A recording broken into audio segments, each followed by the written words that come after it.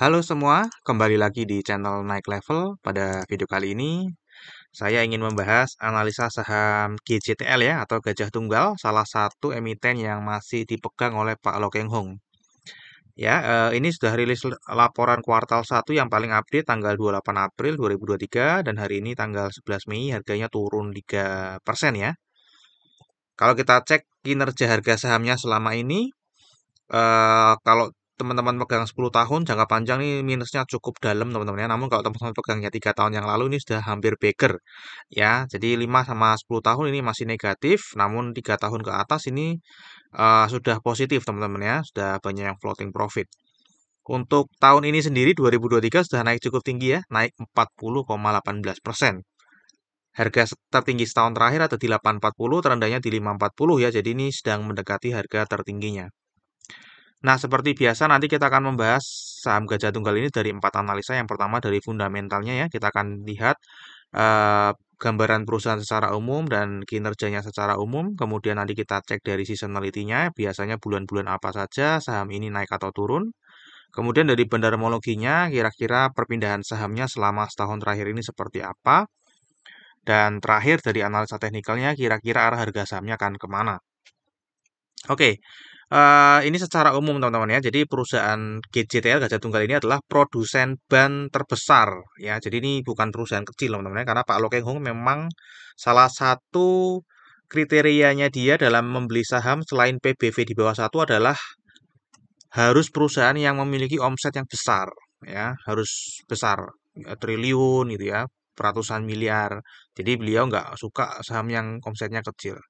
Ya, produsen terbesar di Asia Tenggara, dia memproduksi ya dan mendistribusikan ban berkualitas tinggi untuk mobil penumpang ya. Ini merek-mereknya ada GT Radial, ada GT, ada ini juga buat ya truk, ini buat motor ya, ada Xeneos sama IRC Tire. Ya, jadi kira-kira seperti itu teman-teman ya. Ini juga ada produk lainnya ya, karet sintetis, benang ban, ban dalam ya kira-kira sejenis sama di ban lah ya. Oke, sekarang kita akan masuk ke kinerjanya teman-teman ya. Ini kuartal 1 kalau kita lihat ternyata pendapatannya masih naik terus teman-teman ya. Jadi kinerja jangka panjangnya ini masih naik terus, laba kotornya juga naik terus. Laba usahanya ini fluktuatif sih ya, fluktuatif laba usahanya. Untuk laba bersihnya ini juga fluktuatif ya, kadang untung, kadang rugi juga, pernah rugi 2 kali, kadang untung tipis. Kemudian kalau kita cek dari struktur pendapatannya, untuk beban pokok penjualannya ini cenderung stabil teman-teman ya. Beban usahanya ini juga cenderung stabil. Nah, yang berfluktuatif ini adalah penghasilan atau beban lain-lain ya, teman-teman. Nah, ini berfluktuatif ya. Nah, jadi secara laba usaha sebenarnya tadi enggak terlalu eh, bersignifikan ya. Namun ini laba bersihnya yang terkena dampak dari penghasilan atau beban lain-lain yang berfluktuatif. Oke, kalau kita cek dari kinerjanya kuartal 1 2023 dibanding kuartal 1 2022 ini naik tipis ya 5,2%. Laba kotornya naiknya cukup signifikan ya, 37,3%. Kemudian beban usahanya ini turun sehingga laba usahanya juga naik lagi 51,6% teman-teman ya. Untuk laba bersihnya ini naiknya luar biasa ya Tono ya, naiknya luar biasa. Yang tadinya cuma 70 miliar di kuartal 1 sebelumnya dan di kuartal 2, 3 dan 4-nya merugi ya di tahun 2022. Ini kuartal 1 sudah naik ya 263, naik 277%. Ya, jadi kinerja jangka pendeknya ini pendapatannya naik dan profitabilitasnya juga meningkat. Nah, untuk valuasinya sendiri pada saat video ini dibuat, PBV-nya pasti kalau yang pegang Pak Lo Keng Hong pasti di bawah 1 ya. Price to book value-nya 0,37 dan PER-nya 2,57 ya. Ini murah sekali kalau dilihat secara PBV dan PER ya. Nah, kalau kita bandingkan ya tahun-tahun sebelumnya, ini memang masih di sini-sini aja ya. PBV-nya belum bergerak kemana-mana. Dulu sempat 2010 dihargai di PBV 2 ya sampai 2,25 ya. Ini terus turun terus ya. Padahal tadi kalau kita lihat secara kinerja juga sebenarnya naik terus teman-teman ya, nggak turun ya. Kinerjanya naik. Memang labanya fluktuatif. Ya, untuk PE ratio ini juga kalau misalnya kita lihat di sini 257 ini juga rendah ya, tapi pernah negatif juga 2022 ini negatif negatif ya teman-teman ya. Namun kalau Dibandingkan dengan yang positif ini paling rendah teman-teman ya. Nah, untuk ROE sendiri ini 0,17% karena ini kan 12 bulan ke belakang teman-teman ya. Trailing 12 months. Ya, karena di 3 kuartal di 2022 rugi, jadi ini terlihat kecil ya. Namun kalau kita lihat yang annualize ya, ROE yang annualize itu 14,36% teman-teman. Jadi ini kalau kita lihatnya annualize ini terlihat murah. Namun kalau kita lihatnya trailing 12 month atau 12 bulan terakhir ya mahal teman-teman ya. Ini 14,36 kita bayarnya di PBV 0,37. Jadi bayangin ya 14,36 dibagi 0,37. Earning yield-nya gitu lah 38% teman-teman. Jadi sangat murah ya kalau dilihat annualize-nya. Jadi kalau misalnya kita belinya sebelum laporan kuartal 1 dirilis itu valuasinya masih mahal. Namun setelah kuartal 1 dirilis dan kalau di annualize itu valuasinya tiba-tiba sangat murah teman-teman ya karena tadi profitnya meningkat ya, cukup tajam ya sampai 227%. Nah, untuk dividen sendiri ini tidak rutin bagi dividen teman-teman ya. 10, 11, 12, 13, 14, 15, 16 bolong, 17 bolong, 17, 18, 19, 20 ini banyak bolongnya teman-teman ya. Terakhir ini profit 2020 yang dibagikan di tahun 2021 itu pun hanya 10 ya dari EPS-nya 92 atau hanya 10%. Ya, sejak itu dia nggak pernah bagi lagi dan 2022 ini justru malah merugi teman-teman ya. Malah merugi, malah pada saat COVID ini malah profit ya, ini profit ini malah merugi ya. Nah, di 2023 ini tadi sudah dilihat ya, EPS-nya naik ya, sehingga annualize EPS-nya ini 305, bayangin ya. Harganya tadi berapa, sorry? Harganya 785. Ya, harganya 785, 785 bisa menghasilkan 305, berarti kan murah sekali teman-teman ya. Namun ini kalau di annualize, kita kan belum tahu nih kuartal 2, 3, dan 4. Ya. Oke, untuk seasonality sendiri ini ada potensi naik di bulan Juni ya dan Oktober. eh ini pernah beggar satu kali di tahun 2016 ya, 101%. Dan ini sudah naik 40%. Apakah akan beggar lagi di tahun ini? Nah, kita nggak ngerti ya, nanti kita lihat aja. Oke, untuk analisa bandarmologinya ini pengendalinya ada di Denham Private Limited ya, kemudian ada masyarakat, ada Compagnie Financiere Mincel. Wah, ini bahasa apa ini ya? Ini kayak bahasa Prancis atau apa Eropa gitu ya, bukan Inggris ya. Ada Pak Lokeng Hong di sini ya. Ini ada direksi dan komisaris, memiliki sahamnya tapi nggak terlalu banyak. Untuk jumlah pemegang sahamnya sendiri ini pada rontok teman-teman ya, turun secara bertahap sejak Desember ya karena memang kalau mau pegang atau mau ikut sahamnya Pak Lokeng Hong ya memang harus memiliki kesabaran yang sangat panjang ya dan nggak banyak orang yang bisa bersabar seperti Pak Lokeng Hong. Oke, untuk partisipasi investor asing di sini nggak terlalu besar. Sebenarnya kita bisa abaikan saja. Namun kalau kita lihat di sini ya dari 2022 itu buang barang terus setiap bulan ya. Namun ini kalau kita lihat jumlahnya mengecil ya setiap bulan jumlahnya mulai mengecil dan Mei ini sudah terlihat dia membeli lagi teman-teman ya. Sudah terlihat dia membeli lagi. Nah, kita nggak ngerti apakah akan nanti kita akan cek ya di sini lebih detailnya.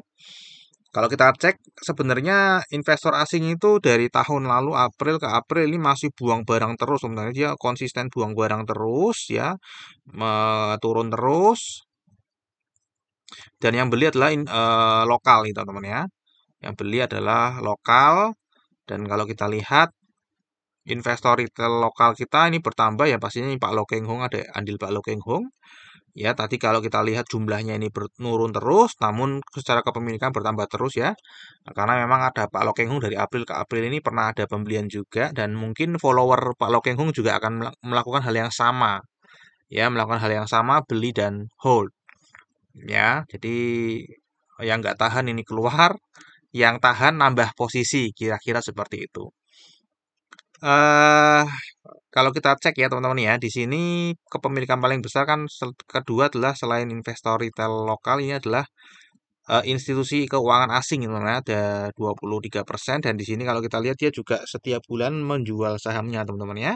Ini banyak investor asing yang menjual sahamnya secara terus-menerus. Kayak ini ada foundation ya, jual juga terus-menerus ya, pelan-pelan karena ini likuiditasnya sahamnya juga nggak terlalu tinggi ya teman-teman ya.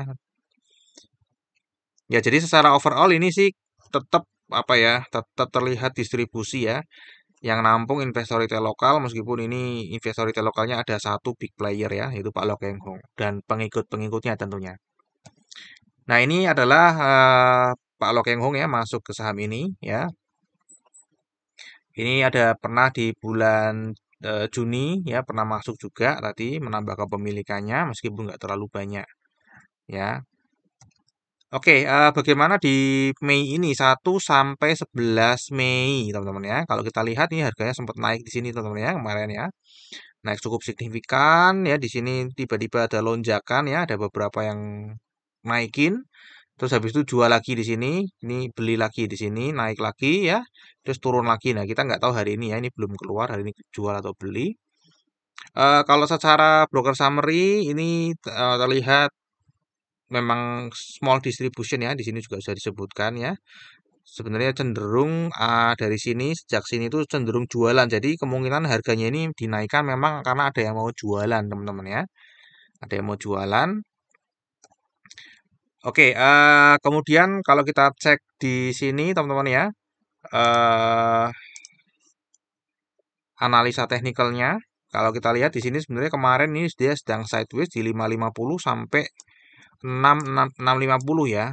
Sedang sideways di sini terus tiba-tiba dia breakout ya. Breakout dari sideways-nya. Nah, kira-kira harga sahamnya akan kemana nih arahnya? Karena tadi breakout-nya dia untuk jualan, kalau kita lihat ya secara bandarmologi tadi untuk jualan ya kemungkinan dia akan sideways di sini sampai barangnya habis. Kalau barangnya habis dia mungkin akan lepas lagi. Kalau dilepas lagi ya mungkin harganya akan cenderung turun ya kembali ke sini teman-teman ya. Akan kembali ke 600 dan sideways lagi di sini area 550 dan 650. Ya, ini kalau kita lihat ya di sini ada lonjakan volume ya dan 20 hari terakhir ini 9,86 M per hari. Bayangin ya dengan peningkatan volume sendiri segini aja hanya 9,8 M per hari. Apalagi kalau kita lihat yang di sini ini pasti kecil sekali ya. Makanya tadi kalau mau buang barang ya harus sabar juga. Karena yang nyicil juga orang-orang sabar ya, yang membeli saham ini orang-orang sabar juga ya. Karena pastinya followernya Pak Lokeng Hong. Oke, untuk informasi aja ya, ini kan sahamnya Pak Lokeng Hong itu pasti eh, apa? Image-nya adalah saham multi bagger nih, pasti lu multi bagger. Nah, kira-kira kapan ya dia akan multi bagger gitu ya, teman-teman ya?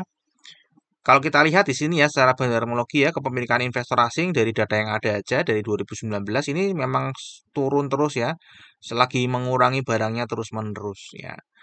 Kemungkinan besar karena dulu ini di penguasanya adalah investor asing dan lagi dibuang, harga ini akan naik lagi ya, akan naik lagi ketika investor asing yang buang barang ini atau ada investor asing lainnya melihat saham GCTL ini prospek menurut dia analisanya wah ini bagus, dia mulai beli ya, dia mau beli barangnya, mau ngumpulin barangnya, barangnya ditahan terus sama Pak Lokeng Hong dan followernya sehingga harganya akan naik ya, harganya akan naik terus karena yang punya barang nggak mau lepas, sementara di sini ada yang ngebet beli gitu teman-teman ya, harganya akan naik. Nah, pada saat itulah mungkin akan terjadi multi bagger di saham Gajah Tunggal. Tapi itu kapan ya kita nggak ngerti ya, dipantau aja terus ini memang teman-teman ya, setiap bulan dipantau, dimasukkan ke watchlist. Nah, kalau kita kira-kira ada tadi kan investor asing di bulan Mei sudah mulai ada itu ya teman-teman ya, ada pembelian nih.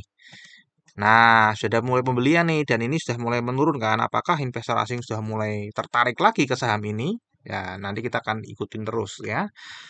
Semoga saja saya bisa sempat ngupdate semua saham-saham yang lumayan diminati oleh investor retail ya.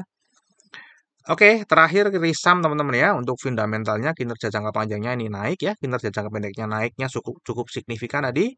Valuasinya, nah ini ada dua teman-teman. Kalau kita melihatnya dari trailing 12 month itu mahal. Namun kalau kita lihatnya dari annualize 2023 aja, kuartal satu yang disetahunkan itu terlihat murah ya. Tergantung teman-teman silakan mau menilainya dari mana.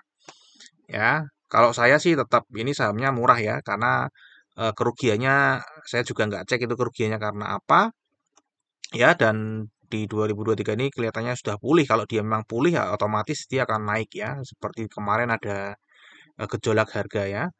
Kemudian ini tidak rutin bagi dividen dan 2022 kemarin kan rugi, jadi pastinya nggak bagi dividen teman-teman ya. Untuk seasonality tadi ada potensi naik di bulan Juni. Untuk Bandarmologi tadi terlihat sedang distribusi, 1 sampai 11 Mei juga sedang distribusi. Ya, meskipun distribusinya itu ke orang-orang yang mungkin tahan ya, tahan sabarnya. Untuk technical, tadi sedang breakout dari area ranging 550 ke 650 ya, sudah breakout. Nanti tinggal ada beberapa opsi kalau setelah breakout ya, apakah dia akan melanjutkan uptrend atau sesuai dengan prediksi saya tadi dia akan konsolidasi di situ sampai barangnya habis yang mau jualan, kemudian dia akan turun lagi. Ya.